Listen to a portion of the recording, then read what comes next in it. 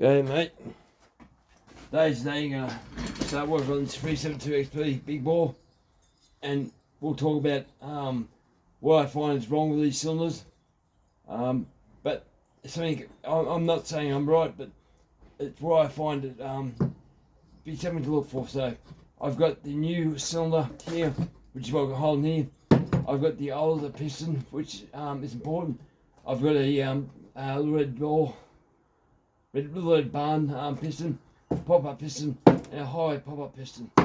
And I'll show you, but I've already taken a puff length off the top of this thing here, add extra squish, only a tiny bit, thickness of Nat's foreskin. Took it off the skirt, tiny bit. I just kissed it, so all I was doing is to make sure it's true, so it was flat. The squish in the base here is quite good. New cylinders, they actually have a squish. It's a bit messy, but it's actually flat, and it's about, good, well, quarter-inch wide, I suppose, maybe a bit wider than that. 8 mils, average, 6 to 8 mils. So yeah, that should be alright. So I can do a bit more of this if I have to. I will check it all up before I put it down, but I want to make sure this is square. So make sure it's right. But yeah, I've got to pull this apart, and when I get this done, I'll get back to you. So we'll see. I'll show you after this is all. Alright, time to pull down. Thought I'd show you guys this. Now you've seen how much I've used this saw on the channel. I've done a video of running it, and that's it. So that's the dust that's got past the air filter, so I'm not happy with that. Now the bolt on the side on here, the bolt for the muffler, that was loose, and it appears there's a mark already on the cylinder. Just a tiny mark, but try and film that for you guys. It's a brand new motor, really. There's a mark. Zoom in there, zoomy. So there's a mark already, so I don't know if that's the dust or which way it is. Oh, it's a single ring. Well, I didn't know that. Different. I thought I saw another mark. There's a bit of a mark, there's not much, but this is a brand new motor and it's already letting dust in. So the bolt on this side, the cubby, the right hand side, that was a little bit loose too, so I'm not sure if that was letting dust in there, but I'd still show you guys that. Go over your saw when you buy your saw after a tank of fuel, and just make sure everything's tight. Handlebars don't go crazy because it's plastic. They go into here. Don't go crazy the bolts, but if the bolts are going into metal, make sure they're tight. Cylinder bolts, make sure they're tight, because you're on a gasket and the gasket will squish down and they'll loosen off over time. But I'll give it a spinner. Let me take the handle. Actually have a look. How tight are they? Or are they even loose?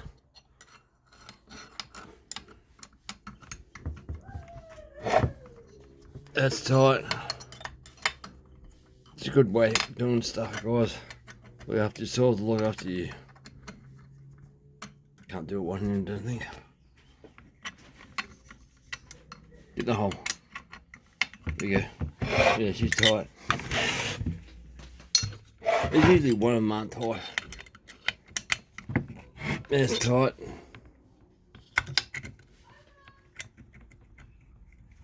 In there. Oh, yeah, guys, check. But I'll pull some more of this apart, and I'll show you what's going on. Alrighty. Now, it's apart. Funny enough, I had to use a 1/4-inch ratchet to pull these bolts out. That bolt, and that bolt were tight, and that one there was loose. It just undone. These ones here, I was frightened to actually break the bolts. So, there you go. The hit and miss really is. Now, turn to a line for you guys. The piston here has already got movement there, a bit of marks already. That's the intake side. Single ring, mark there, don't know what that's for. But there's a mark on the exhaust side already. Hasn't even done one tank of fuel, I'll show you. One mark just there. So anyway, I'll put this back together and I'll show you what I'm looking for. I'll explain what I'm doing. The thing I will say, it's got an ultra thin gasket, base gasket. I'd say be 10th hour, maybe even thinner. It's really thin. It's hard to even pick up with your fingernail. It's there, but it's very thin. It's like paper.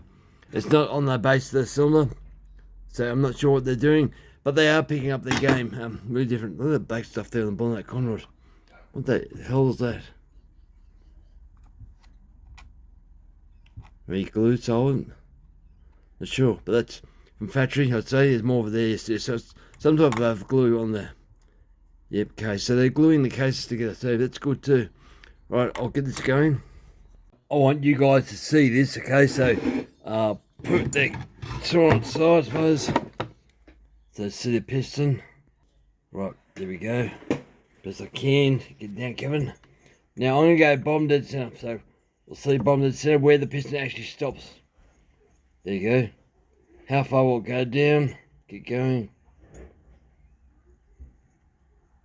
Well, just below the exhaust port, looks like. So just below. So make a mark of that in your memory. Just below the exhaust port. That's bottom dead center. That's important. Now we'll go look at the intake. Intake. That's bottom intake. Bottom dead center intake. So you can't see any rings. That's important too. So remember that. So I've tightened it down. I've got the base gasket. That's the reason for that.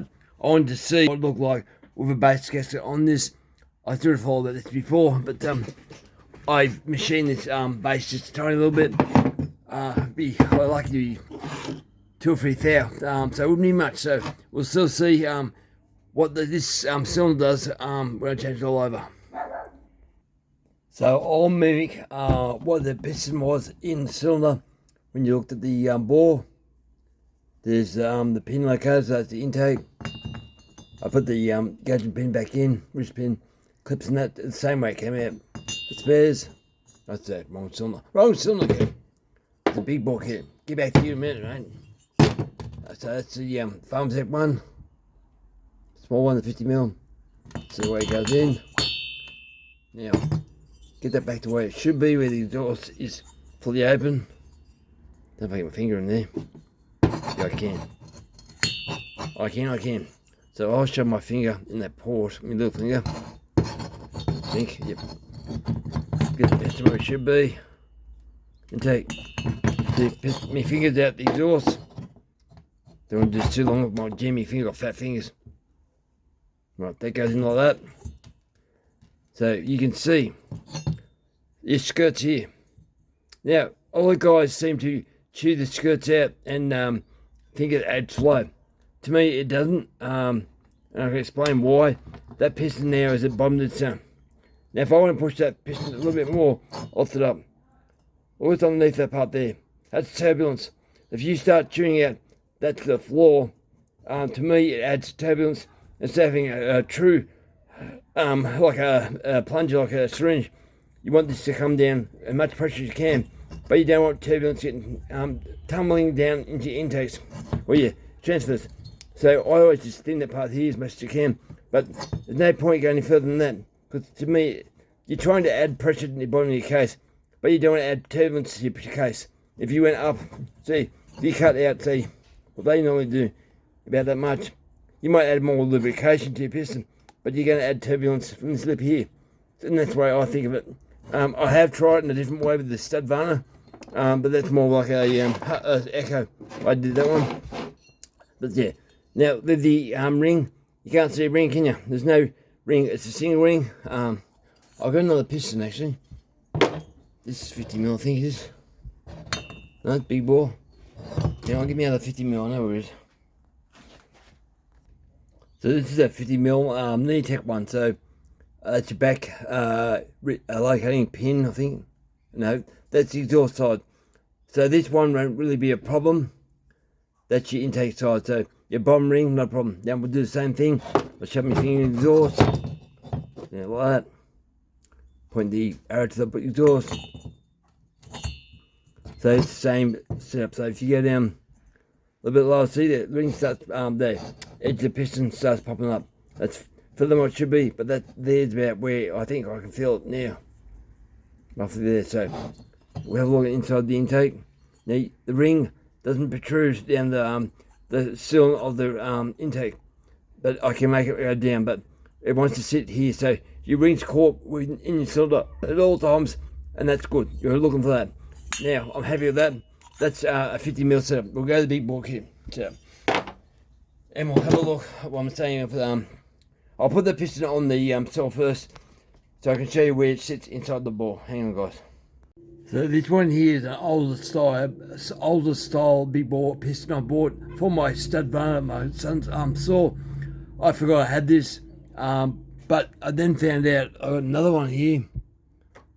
That one, yeah, that one. That's the old style, and that's a modern style. Now, you can see where your locating pins are on that. One's there on the edge of your piston there, the other one's here. So they're important.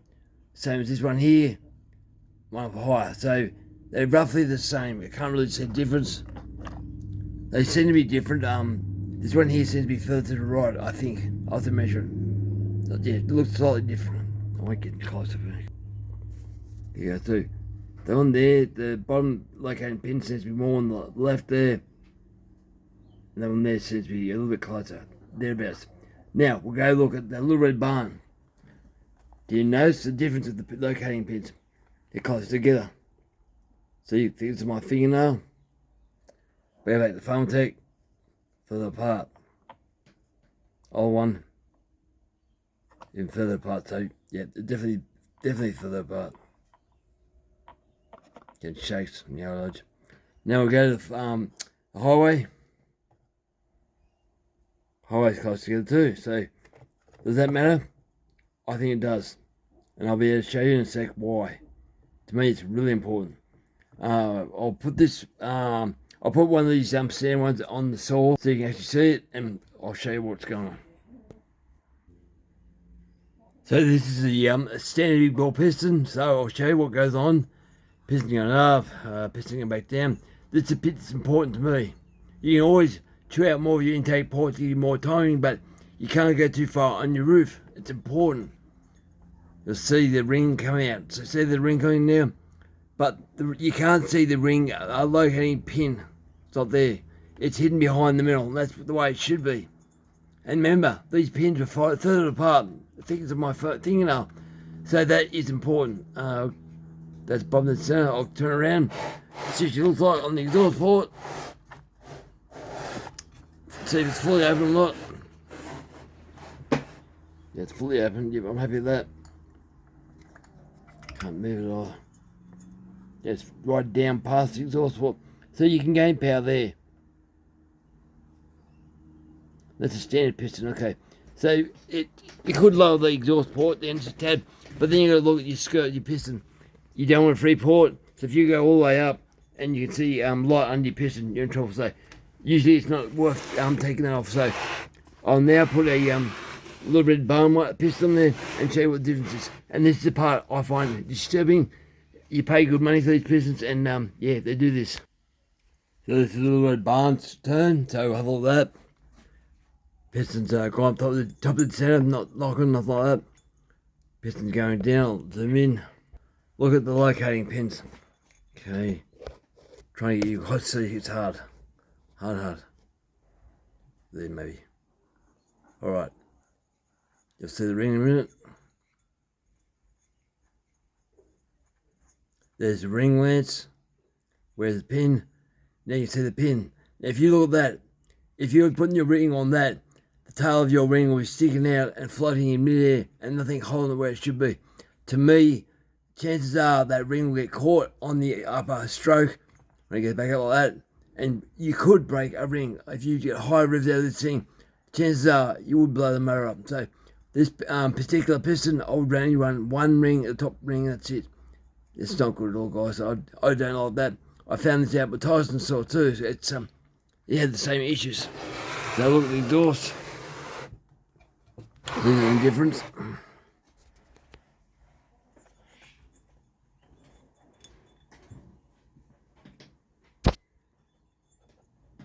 Bending over, guys, bending over backwards. It's the same, disappears. Now I'll put the highway in and see how she goes. Here we go with the highway. So this girl here, highway. Now last one I found this before, a highway cylinder. So have a look at this one. I'm going to do a zoom back in. Now where's this one sit? That's going back up, back down. I'm turning the motor the way it's meant to go. Zoom, focus.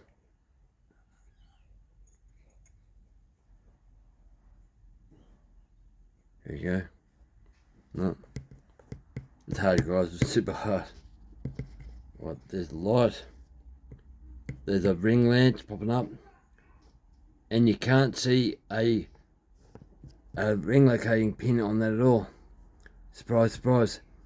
So the little red barn is more to the right with the pin. They look the same to me on the putting side by side, but it must be slightly different.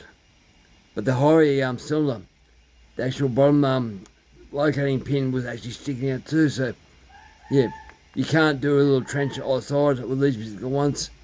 Be careful. That's one thing that I would look out for if I was you guys too. So we'll have a look. Kids next door. Have a look where bottom dead center is in the cylinder.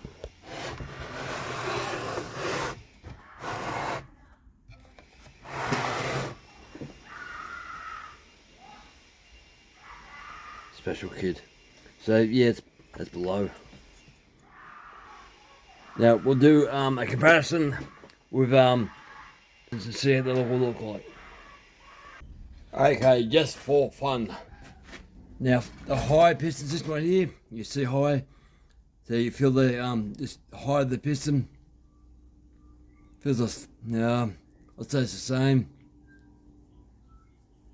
That's a late model high big ball piston.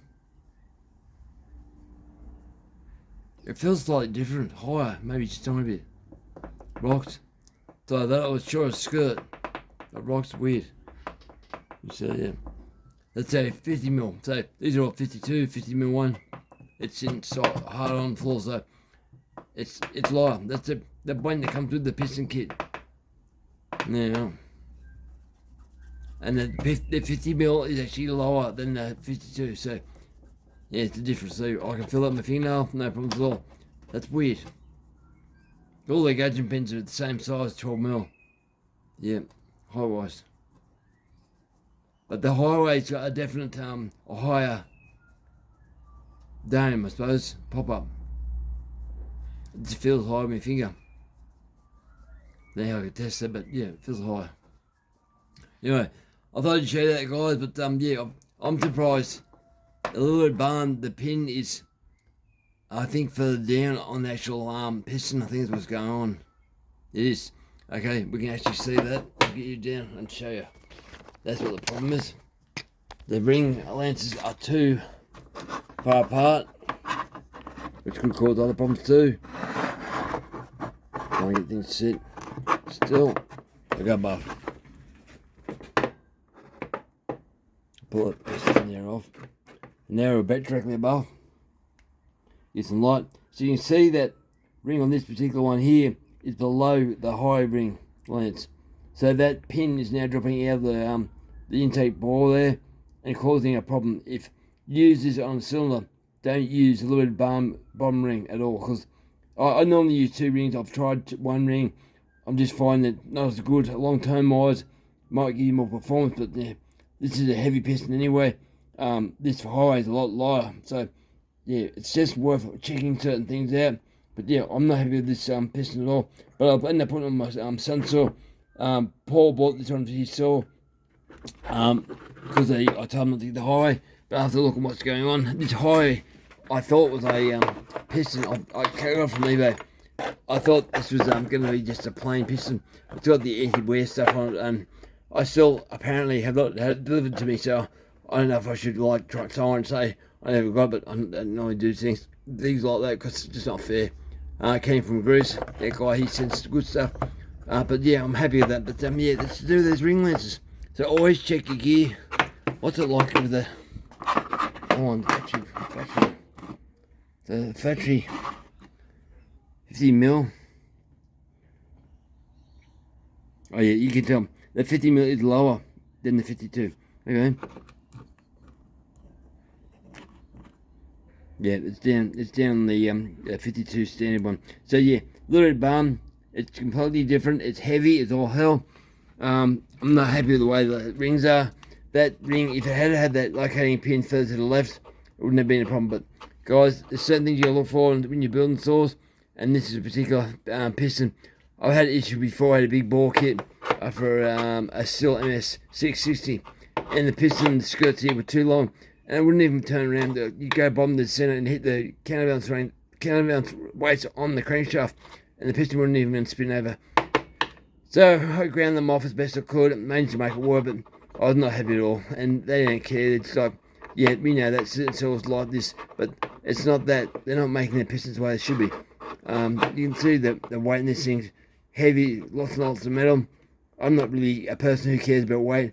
When you're in the timber cutting firewood, I want to sort of last a long time, but to do with squish and stuff too, this will give you more bottom squish in the sump. But for people who want sort of zippy, and Paul likes, he cuts firewood, but he also likes a bit of power. And one of those things, I'll be adjusting the squish. Now the reason I adjusted the squish, I thought the gasket would have stayed on the cylinder or would have stayed on the motor, and particularly, usually they stay on the motor up here. So I mucked around, I wanted to see what it was like, but I just kissed it. So doing that, this cylinder would be the same as what you expect to see a cylinder with standard bottom, so with the gasket there. So this is all done with a gasket. Now if you take a gasket out, your cylinder then drops even further, so it goes down further onto your length of your rings. So that might save this cylinder. It depends on what size, what part of the crank and the common rod are at the cycle where it goes up and down. So, but then center it might be fine. It might be cleared past it. Don't know, but I just want to show you, guys. I find it very scary with parts. Some parts fit really good, but I'm not too happy with the little red bar one. Alright guys, thanks for watching. Over and out. I'll get this in together. And you guys want to know, I do 81 degrees on the intake of these ones. I get it fairly wide, but wide, not crazy wide, but it's fairly wide, 81 degrees. And the intake go usually about 102. And that's, I make it wider, cleaner, no dags and stuff. I don't touch, might have a look at that actually, hang on. I'll have a look where the piston sits inside the bore. Use the Pharmatech, the Pharmatech high, because it's going to be used in this ball cylinder. So I'll stick my finger in the exhaust to capture it. The big bore is actually harder to get your finger into than the small one. It's tighter, so there is room for improvement there. So I stick to there towards the exhaust. Now I know it was down a lot further, so you can see that'll be where it's sat inside the cylinder. So you're starting to get turbulence. It was not. If you go like that, I can feel it's past the exhaust. But yeah, it's not good. So with this, you might be able to cut some more out if you want to, but that's not the way it sits inside the bore. Inside the bore, it would go bottom to center like that, and you'd see gaps there. So turbulence. Okay, that's interesting. With the actual intake of transfer chambers, I'll V-point or needle point the needle point this. I needle point the one towards the back of most, so get direct the air more towards the back there and there, and open up my short. She's just clean, no dags and crap. But yeah, 81 degrees intake and 102 on the exhaust, and I'm looking for about 28 degrees, 28,000 squish. I want to be poppy, but I don't want to be too hard to start and carrying on. It's one of those things, guys. You gotta fight for what you want. I'm gonna fight this motor to make it perform the way I want. Anyway, alright guys, over and out. Thanks for watching my rambling. I've got to put this all back together now.